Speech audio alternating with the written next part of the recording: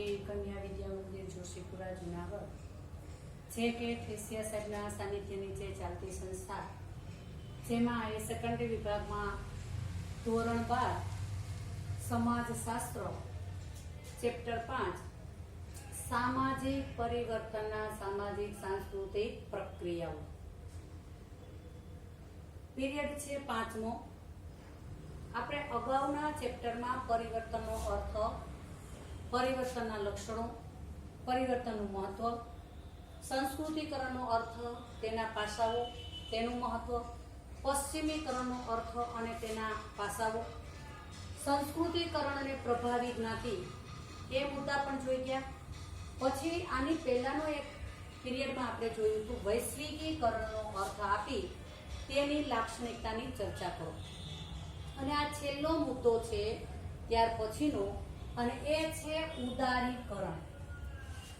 એમ કહી શકાય કે ઉદારીકરણ એટલે બીજું કંઈ નહીં પણ વ્યાપારિક અને ઔદ્યોગિક ક્ષેત્રની અંદર જે નિયંત્રણનું પાસું છે એને મોકળાશતા આપવી, હળવા કરવા. જે નિયંત્રણો છે હળવા કરવા, જેથી સમાજના માળખામાં વ્યાપારિક ક્ષેત્રે કેટલાક કહી શકાય ફેરફારો લાવી શકાય કે આવી શકે. હવે પહેલો મુદ્દો છે ઉદારીકરણ. હવે દેશ તો કે આઝાદ થયા પછી ભારતીય અર્થવ્યવસ્થા અને બજારને કાયદાથી તો કે વૈશ્વિક સ્પર્ધાથી સુરક્ષિત રાખ્યા હતા. એટલે કે બજારને કાયદાથી અને વૈશ્વિક વિશ્વ લેવલ ઉપરની જે સ્પર્ધાઓ થતી એનાથી સુરક્ષિત રાખેલા હતા. પણ પ્રજા કલ્યાણ તેમજ આદર્શ કહી શકાય બંધારણ માટે સામાજિક દરેક વ્યક્તિને કે ક્ષેત્રને ન્યાય મળે તે પર ભાર મૂકી અને નવી નીતિને તો કે નિર્ણય કરવામાં, નવી નીતિ ઉપર નિર્ણય કરવામાં તો કે ભાર મુકાયો. અને આ નવી નીતિને નિર્ણય કરવામાં ભાર મૂક્યો એ જ ઉદારીકરણ. ટૂંકમાં કહી શકાય કે 1991 ની શરૂઆતમાં તો કે અર્થતંત્રમાં વિદેશી મૂંડિયામણનું અનામત જે ભંડોળ હતું તે ઘટી રહ્યું હતું. આર્થિક સ્થિતિ છે એ કટોકટી ભરી થવા લાગી હતી. ત્યારે સરકારે તો કે દેશમાં અર્થતંત્રને ફરી નવ સંચાર કરવા માટે, ફરી પાછું ધબકતું કરવા માટે, જાળવી રાખવા માટે એક આર્થિક નીતિ છે એ જાહેર કરી. કઈ આર્થિક નીતિ? તો શું કરવા? તો કે લાંબા ગાળાના જે આયાતી અને નિકાસ જે થતા હતા એ નીતિ અન્વયે આયાત અને તો કે ઝકાત જેવા જે પ્રતિબંધો હતા એને હળવા કરવાનું કાર્ય કર્યું. આ જે અર્થ કે પ્રસ્તાવના ઉપરથી એક કહી શકાય કે અર્થ અને વ્યાખ્યા આપવાનું કાર્ય થયું છે. અર્થ છે ઉદારીકરણની નીતિ અન્વયે એમ કહી શકાય કે ખાનગીકરણ ઉત્પાદન ક્ષેત્રમાં વધુમાં વધુ તો કે પરવાના આપવા, મૂડીરોકાણ અને નફા પ્રાપ્તિ માટે અનુકૂળતાની તક એને મળી. ટૂંકમાં સરકારની ઉદ્યોગની સ્થાપનાને વિકાસ કરવામાં હસ્તક્ષેપ વગરની તો કે નીતિ. એક જ મુદ્દો યાદ રાખવાનો કે સરકારની જે ઉદ્યોગની જે સ્થાપના થાય છે કે વિકાસ થાય છે એમાં કોઈ પણ દખલગીરી કર્યા વગરની નીતિ તેને કહેવાય છે ઉદારીકરણ. વ્યાખ્યાની દ્રષ્ટિએ જોઈએ તો ઉદારીકરણ એ વૈશ્વિકીકરણના ભાગરૂપે વૈશ્વિક તો કે બજાર દેશની અર્થવ્યવસ્થા માટે લાભકારી બને, તેને અનુરૂપ વ્યાપાર અને ઉદ્યોગને નિયમન તો કે કરવા માટેના જે નિયમો છે એને કહેવાય છે તો કે ઉદારીકરણ. એ ઉપરાંત એમ કહી શકાય કે આર્થિક નિયંત્રણો છે એ કેવા બને છે?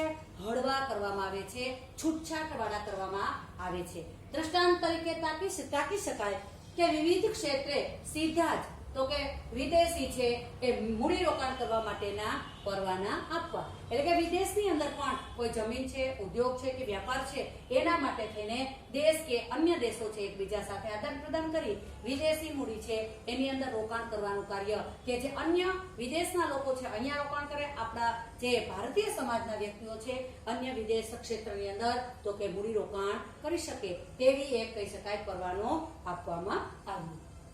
હવે આ જે વ્યાખ્યા ઉપરથી કેટલાક ઉદારીકરણના લાભો પણ થયા છે તો કેટલાક ગેરલાભો પણ થયા છે. લાભો કેવા કેવા થયા છે એટલે કે આપણને ફાયદાઓ શું થયા છે તો પેલો ફાયદો લાભની દ્રષ્ટિએ જોઈએ તો વિદેશી રોકાણ વધ્યું, એને કારણે બહુરાષ્ટ્રીય કંપનીઓ છે એ સાથે આપણી ભાગીદારી વધી. આ ભાગીદારી વધી જેથી અદ્યતન કહી શકાય તેવી એટલે કે આધુનિક કહી શકાય તેવી ટેકનોલોજીનો વિકાસ થયો અને ઉત્પાદનમાં ખૂબ કહી શકાય કે પરિવર્તન આવ્યું, એટલે કે ઉત્પાદનમાં ઉછાળો આવ્યો. આવો લાભ છે આપણને જોવા મળ્યો. બીજો તો કે લાભ એ થયો કે ગ્રાહકોને વ્યાજબી દરે વસ્તુઓ છે એ મળતી થઈ, એટલે કે વસ્તુની બહુ ઓછી પણ કિંમત નહીં અને વધુ પણ કિંમત નહીં એવી વ્યાજબી દરે છે વસ્તુ છે એ પ્રાપ્ત થવા લાગી. ત્રીજો ફાયદો એ થયો કે ખાનગીકરણને કારણે ઉત્પાદકો તો કે વ્યાજબી દરે સારી ગુણવત્તાવાળી વસ્તુઓ છે એનું વેચાણ કરવા માંડ્યા. દરેક ક્ષેત્રમાં સ્પર્ધા થઈ. વૈશ્વિક સ્પર્ધામાં ટકવા તો કે મેનેજમેન્ટ છે એ પદ્ધતિ અને શ્રમિકો છે એના કૌશલ્ય માટે એટલે કે શ્રમિકે પોતાના કૌશલ્યને ઉજાગર કરવા માટે કેટલીક તાલીમો લેવી પડે છે અને શિક્ષણનો વ્યાપ છે એ પણ વધ્યો. સતત કહી શકાય વિશ્વ સ્તર ઉપરના દેશો સાથે સ્પર્ધામાં તો કે ટકી રહેવા માટે થઈને ઉત્પાદકો અને શ્રમિકોને બંનેને મહેનત કરવી પડે છે, એટલે કે તાલીમ પણ લેવી પડે છે અને શિક્ષણ છે એ પણ પ્રાપ્ત કરવું પડે છે, એટલે શિક્ષણ સ્તરે પણ સુધારો થયો. આ ઉપરાંત તો કે એમ કહી શકાય કે ધિરાણ પરના જે વ્યાજ દર છે એ ઘટી ગયા, જેથી ઉત્પાદનની અંદર ખર્ચ છે એ પણ ઘટ્યો. ઉદારીકરણથી TV channel, internet, online shopping છે એને ખૂબ જ કહી શકાય કે બહોળી છે એ તક પ્રાપ્ત થઈ. આજે આપણે પણ જોઈએ છીએ કે આપણી રોજબરોજની ચીજ વસ્તુની અંદર કે ભૌતિક સુખ સગવડતાના સાધનોની અંદર આપણે બજાર કે મોલની અંદર લેવા જઈએ એ કરતાં આપણે ઘરે બેઠા જ ઓનલાઈન છે એ શોપિંગનો ઓર્ડર કરાવીએ છીએ અને ઘરે બેઠા જ પ્રાપ્ત કરીએ છીએ. અને એમાં ઓનલાઈન શોપિંગની સુવિધા એ પણ જોવા મળે છે કે જો કદાચ વસ્તુ છે કોઈ આપણે લીધેલી એ ન ગમે, અનુકૂળ ન હોય અથવા તો યોગ્ય રીતે ન આવી હોય તો આપણે પાછી બદલી પણ શકવાની શરતે છે ઓનલાઈન છે શોપિંગ આપવામાં આવે છે. એટલે કહી શકાય કે ઘરે બેઠા એટલો લાભ મળે છે અને ફાયદો પણ થયો છે. જીવનશૈલીમાં ખૂબ કહી શકાય કે બદલાવ આવ્યો. કેવો બદલાવ કે વર્ષો પહેલા તો કે આપણી રૂઢિચુસ્ત કહી શકાય તેવી માન્યતાઓ હતી, કેટલીક આપણે કાર્ય કરવાની પદ્ધતિઓ હતી, એની અંદર આપણે ધરખમ કહી શકાય કે ફેરફારો કર્યા. આ સાથે કેટલાક ભૌતિક સુખ સગવડતાના સાધનોની અંદર પણ એટલો જ વિકાસ કર્યો. આજે એમ કહી શકાય કે નાનામાં નાના ગામડાની અંદર પણ ઘરઘંટીઓ છે, વોશિંગ મશીન છે, ફ્રીજ છે, ટીવી છે, આવી અદ્યતન કહી શકાય ટેકનોલોજીની પદ્ધતિ કે સાધનો છે એ વિકસિત થયેલા આપણને જોવા મળે છે. એટલે જીવનશૈલીમાં પણ રૂઢિચુસ્તતાથી એની જગ્યાએ મોકળાશતાના દર્શન થાય છે.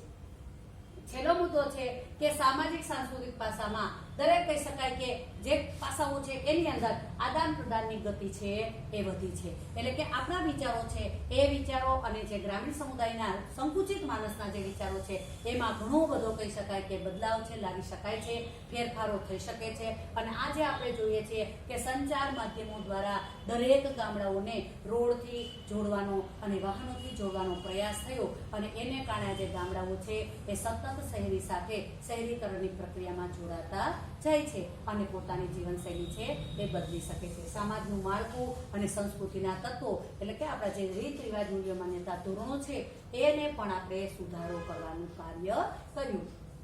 ઉદારીકરણની પ્રક્રિયાથી ઘણા બધા લાભો પણ થયા છે. તો દરેક વખતે લાભ થાય ને સાથે નુકસાન થાય એવું નથી, પણ અહીંયા ઉદારીકરણની પ્રક્રિયાથી લાભ થયા એની સાથે સાથે કેટલાક નુકસાનકારક પાસાઓ છે એ પણ આપણને જોવા મળ્યા અથવા તો નિર્માણ થયા. કેવા કેવા ગેરલાભો થયા? તો પહેલો મુદ્દો છે કે ખાનગીકરણ ને લીધે ઉદારીકરણ અમલ આવવાથી એટલે કે ખાનગીકરણને કારણે ઉદારીકરણની તો કે અમલવારી થઈ એથી પહેલું જ કાર્ય થયું રોજગારીની તકો છે એ ઘટી. એમ કહી શકાય કે ખેતરની અંદર 10 વ્યક્તિઓ કામ કરતા હતા એની જગ્યાએ એક મશીન આવ્યું. આથી એક મશીનમાં એક વ્યક્તિ કામ કરે અને 9 વ્યક્તિ છે એ તો કે બેકાર બેસી શકે છે. રોજગારીની તકો છે એ ઘટી છે. બીજું તો કે ખેતી ક્ષેત્રે ઉત્પાદન દર ઘટ્યો. શું કરવા? તો કે બહુરાષ્ટ્રીય કંપનીઓએ જેટલું કહી શકાય કે જુદા જુદા બીટી બિયારણો છે, પછી તો કે ઘણા રાસાયણિક કહી શકાય એવા ખાતરો છે, જંતુનાશક દવાઓ છે, પશુ સંવર્ધનના કાર્યો છે, આ બધા જ તો કે જે કહી શકાય કે નિર્માણ કર્યા તેને કારણે તો કે આપણી જમીનની ફળદ્રુપતા છે એ ઘટી છે અને ઉત્પાદનમાં પણ થોડો ઘણો કહી શકાય ઘટાડો આવેલો છે. ઉદારીકરણથી પ્રદૂષણ વધતા જુદી જુદી બહુરાષ્ટ્રીય કંપનીઓ આવી કંપનીઓ મશીનરીનો ઉપયોગ કરે છે, એને કારણે પ્રદૂષણ એટલે કે ધુમાડો છે, કેટલાક કહી શકાય એવા પ્રદૂષિત પાણીઓનો છોડવાની પ્રક્રિયા થાય છે. આથી પ્રદૂષણ વધતા વાતાવરણમાં પણ અસમતુલતા તો કે વધી છે. એટલે કે વાતાવરણ છે એ પણ આજે આપણને શુદ્ધ જોવા મળતું નથી અને આ શુદ્ધ વાતાવરણ ન મળવાને કારણે આરોગ્યની અંદર પણ ઘણા બધા કહી શકાય કે એવા ધાર્યા નથી એવા રોગો છે એ પણ નિર્માણ પામે છે અને એને કારણે મૃત્યુ દરમાં પણ ઘણી વખત છે એ વધારો થતો જોવા મળે છે.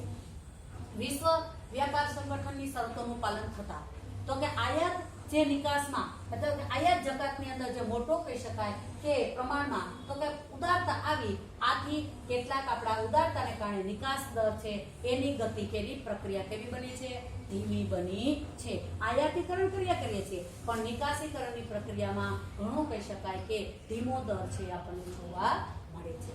બહુરાષ્ટ્રીય કંપની તો કે સસ્તી જમીન છે એ મેળવી અને ઓછું વેતન ચૂકવી અને મોટો નફો પ્રાપ્ત કરે છે, કમાય અને પોતાના દેશની અંદર તેને મોકલી આપવાનું કાર્ય કરે છે. આવા તો ઘણી બધી કંપનીઓ છે કે પોતાના દેશની અંદર એની આર્થિક પાસાને કે આર્થિક તંત્રને મજબૂત કરવા માટેનું કાર્ય કરે છે. તો એમ કહી શકાય કે આવકનું બહિર્ગમન વધ્યું છે.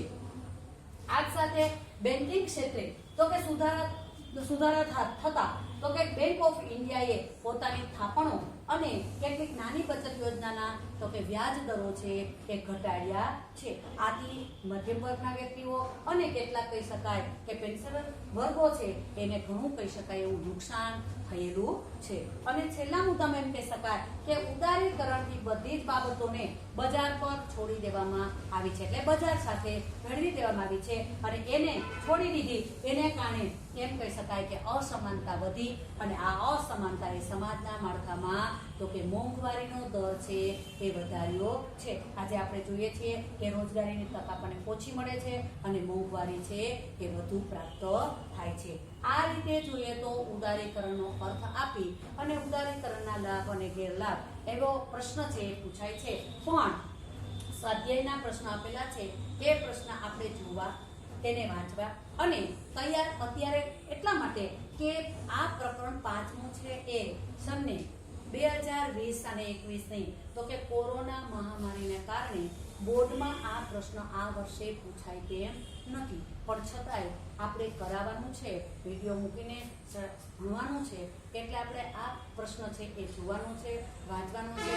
આગળ પાછળના ચેપ્ટરને અનુસંધાને મુદ્દાઓ મૂકેલા હોય એટલે કેટલીક વખત આના પછીનું જે પ્રશ્ન છે એટલે ચેપ્ટર છે સંચાર માધ્યમના પ્રક્રિયાઓ, તો એની સાથે આ પ્રશ્ન છે કે આ જે કાર્ય છે એ આપણને કામ પણ લાગતા હોય છે. એટલે એક વખત આપણે 5મું ચેપ્ટર છે એ વાંચી લેવું, થોડું વિચારવું અને આગળ પાછળના ચેપ્ટરની અંદર ક્યાંય ઉપયોગિતા લાગતી હોય તો તેની અંદર મુદ્દાઓ છે કાઢવાનો પ્રયાસ કરવો.